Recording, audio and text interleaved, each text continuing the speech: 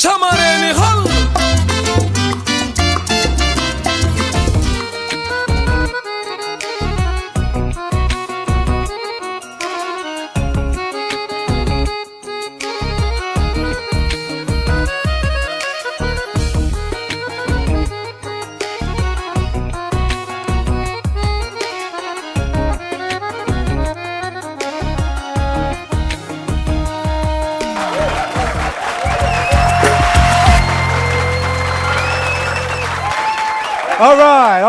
All right. Oh my God, as my good friend would say. Now listen, you young ones out there, you know, there's a social media that you just have fun on, man. People will be tweeting their lives away and Facebooking and all kinds of things, man. But there are some of you out there that use it very, what should I say, judiciously, very tactically. My next guest is a guest I met on Facebook. Young guy, dynamic guy, who won the Entrepreneur Award for 2010 in the University of Ghana, and he has the brains of a wizard, man. He does translations, he does many other things, but I want you to meet this guy. Let me keep quiet. Show some love for MD Nana Sei. All right. How you doing, man? Oh, I'm doing well by God's grace. You're looking so sharp, man. Thank you. Can tell you are an entrepreneur of the strictest kind, eh? Yes. So you got in touch with me through Facebook, remember? Yes, through Facebook, and I told you what I'm doing, and you said, "Oh, that's a good thing. You would like to give me the opportunity and feature me on TGIF." And today I'm here. Today you're here, man. Yeah. Welcome to the show. Thank you. But and by the way, you've also written a book, and this book is called "Starting Up and Managing Your Own Business." Yes. And this guy is an entrepreneur, and he thinks so creatively. And we're going to share some of his ideas so that you, the youth out there, can listen and understand the value of investing in creative thinking and the kind of thinking that you can earn something from. MD, talk to me, man. Yes, how did it start, man? You're a young guy. Yeah. Even before you went to college, you were working with translation. Give me a little bit of background about it. Yes, in 2008, during the Nations Cup, they wanted people to help, because it was an international event, people to help with translation and that thing. So I applied, and fortunately I got I got the opportunity to be a translator during the Nations Cup. They had a Volu program, so I was part of it. So I was stationed at what then was called the Ohinijan Sports Stadium. Okay. So throughout the Nations Cup, from the opening ceremony to the final. That's where you were? Yes, so I was there helping to make sure that... so you're translating for the commentators? That was more of interpretation. Well, the fans and other people who came in, helping them. I remember when Nigeria was playing Cameroon. The Cameroonian fans came, and there was a little issue. You had to go there and then speak French to them. And well, people were amazed. I said, well, that's why we are here. So we have to just do justice to that. Where did you learn your French? I attended a French school, Institut La Fontaine, currently in Kotobabi in Accra. That's where you said all your French? Yes, and then I also traveled to Ivory Coast and then to Togo for my A-levels. Okay. And then to the University of Ghana, where I did French as part of my degree. Okay. Yeah. Okay. So you did the translation? Yes, I did the translation. So I've translated for a number of organizations and individuals. I've translated for the United Nations University, UNURA. I've translated for the West Africa Center for Crop Improvement. I've also translated for HAMIT, they call it Harvest Ministerial and Missions Training Institute. And well, one translation that I've also done that I'm very also proud of is a talk by Jarrett Met, the one who did the African election documentary, African election.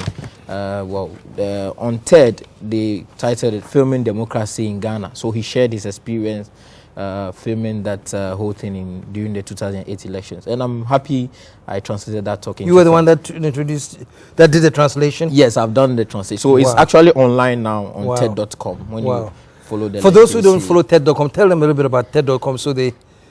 Okay, so TED is a set of conferences that they organize. They have TED conference that is organized in the US annually, and also TED Global Conference that is organized in the UK. So every year they bring people to share their best thoughts, and then in less than 18 minutes they share things that are very relevant to society. Yes, so that's. How did you get to translate? How do you? Well, that's another plus for TGIF, because I was watching TGIF. Well, I always watch TGIF on Fridays when I'm home. Last year, when Mr. Patrick Ewua. That's right. That's right. He just said TED.com. I was just curious and said, no, let me go and see what this man is talking about. Wow. So I went through search and research and realized that I could even translate for them. So I applied, went through the process, they vetted me, and they gave me the nod. And since then, I've been translating for them. Show some love, man. But you see. This is what I'm talking about. You know, he's watching TGF just like everybody watches the program. Patrick Ewua mentions TED.com. He decides to go and follow up and find out what TED.com is, and finds out there's opportunity for him in there, and he's grabbing it. Fantastic, man. But you also have this book about starting up your own business. Yes. What inspired this book? I mean, you're fresh out of school. Yes. But you are learning not to depend on anything else but your own creativity. So what really inspired this book that you... Well, many young people like me, myself, complain that the system is not good, we don't have jobs and so many things. So I felt that, well, by grace, I was able to start even when I was in school. So I thought that it would be a good thing to put it in the book. What did you start? Well, I started I call it MD Consult. It's a consultancy firm.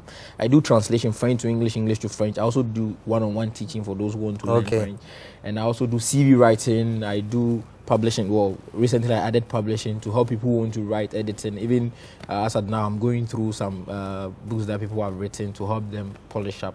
And I also do event management. Well, in 2011, in December, I organized a trip to Lomé for French speakers and French lovers for about 1 week, so that we'll give them the exposure. Because KSM, you can see that Ghana is surrounded by French-speaking countries. Unfortunately, we can't speak the language. So I think that is my contribution to making sure that, well, we try and solve that problem, because I think it's a problem. Tomorrow, when we talk about fully fledged ECOWAS regional integration, we might be losers, and I don't want to be part of that. Yes, that's why I'm trying to, in my own small way, contribute to solving that thing. That's why I organized that trip in 2011. Okay. So you're talking about how you had started your own enterprise going on even before you finished school. So even while I was in school, I did that, and I just thought that it would be good to put this into a book. Well, in the whites have a certain perception about blacks. They say if you want to hide something to a black person, put it in a book. But I think, well, it shouldn't continue to be so. We should be reading.